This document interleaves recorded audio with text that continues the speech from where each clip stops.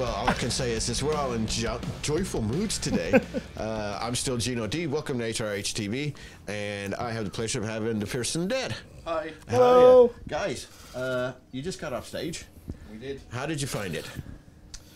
Just down there to the right. Hey, 0 week. Ka-ching! It was good. It was really good. It was considering we were the first band on. A lot of people there. Yeah. Good audience. People down the front. Great sound. Great sound. It was. Couldn't ask for more. Couldn't ask for more. Good it's good fun. guys, which is always nice. And Yeah.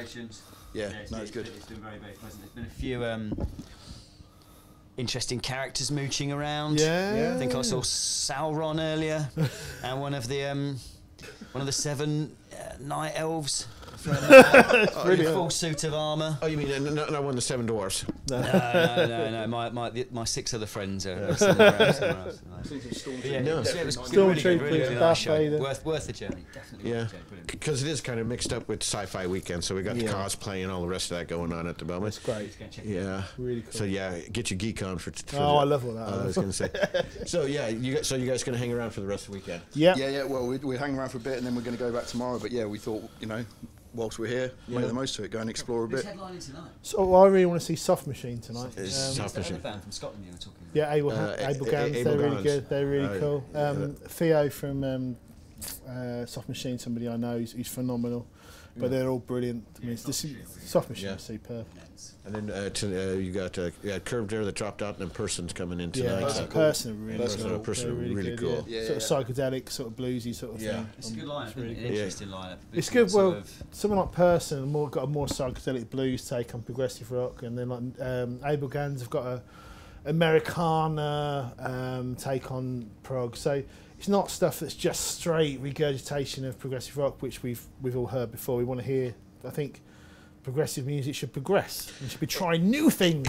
Exactly. But there is the old school, and I think there's nothing wrong with that. The guy from the Enid who turned around and said, on his little bit, John Godfrey, when he turned around and said, I'm sick of the scene, the prog scene, because it's so repetitive. Nobody's doing anything new with that it. plays into our hands massively. Well, the thing is, the thing was, saying about Stephen Wilson, with him being somebody who's saying about something, he's someone who's repeated a lot of things. With his work with Bass Community and a lot of the stuff he's actually done some really interesting out there work. And he's probably not the best person to go for there. But I mean, what I want to hear in progressive music is people trying new ideas. And I think the point, that when I got into it was via Husker Du and American Hardcore, and then loving Mahavishnu Orchestra and loving King Crimson, loving Napalm Death and loving Voivod and the Smiths and all these sort of bands. And I think the way to move rock music forward is to take those influences and then recontextualise them, try a few other things, see what works, have a bit of a laugh, move it forward. You know what I mean? Without being too pretentious about it, just doing it for the joy of the music and doing it because you love it. So, I mean, my opinion always is that the genre is almost pointless nowadays. Yeah, totally. Because there's so many genres and subgenres and subgenres and subgenres and subgenres, and it's like trying to find that 13th level of hell, in Super Mario Brothers. It's down there some damn place. It's like, I think you're absolutely right. Is that we've got 40 years worth of 50 years worth of rock music that's been out there that can influence so many things that it's time that we just dropped it and started reappreciating music for what it is. Yeah, and when you think about the progressive thing, it's the old school down the front. First 3 or 4 rows, they're into us. And we're so lucky to have it. We're not the old school in terms of we're doing new stuff, but they've been the audience for the progressive scene. Been so supportive of us. We've been so lucky. They're such lovely people, and it's a really cool audience to play to. And it goes from people who support the more traditional bands to the weird bands like us, who are probably a bit more out there, but.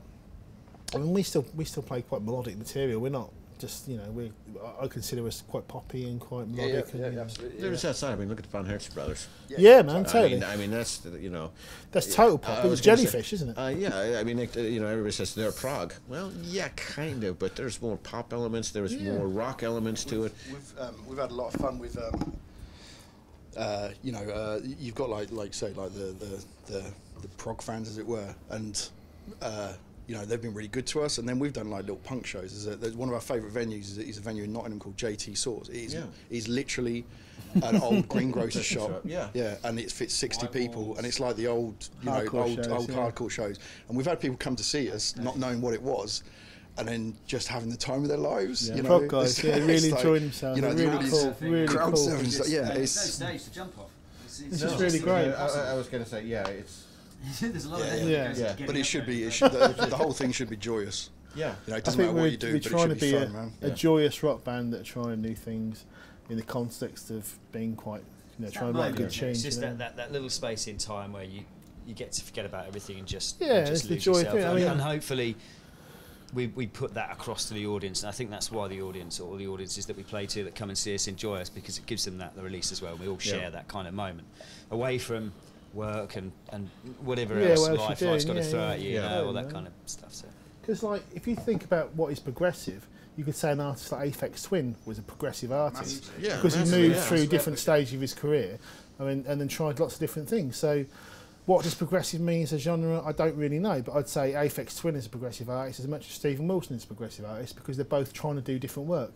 And if you look at Stephen Wilson's work over a broad canvas, via Base Communion, his solo stuff and all that, he's done lots of different stuff. You look at Aphex Twin via Window Liquor and, you know, all the other stuff he did. It's lots of, you know, interesting work. And I think that's all you can really try and do as an artist, is trying to do interesting work. Whether it's good or not is not, in terms of, you know, audience reception, it doesn't really matter.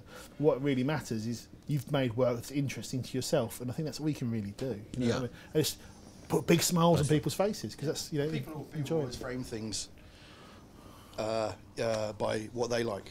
You know, what they, so for example, we had a track, we still play it live now. It's a little track, and you know, we're big fans of all the old American punk stuff. So it was specifically written.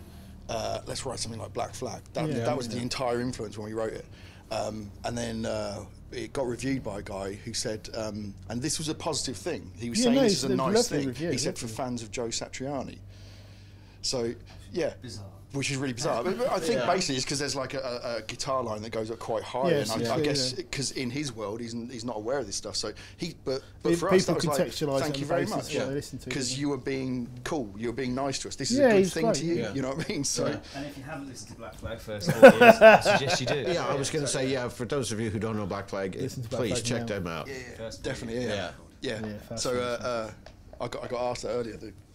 The stage manager said, "Have you got Black Flag tattoo?" I said, "Yes." He said, "Why are you here?" While we're on the subject of tattoos, this is a Led Zeppelin. My 4-year-old daughter was like, "Daddy, that's a bicycle." You don't know what that is? That's some balloons, and that's a banana.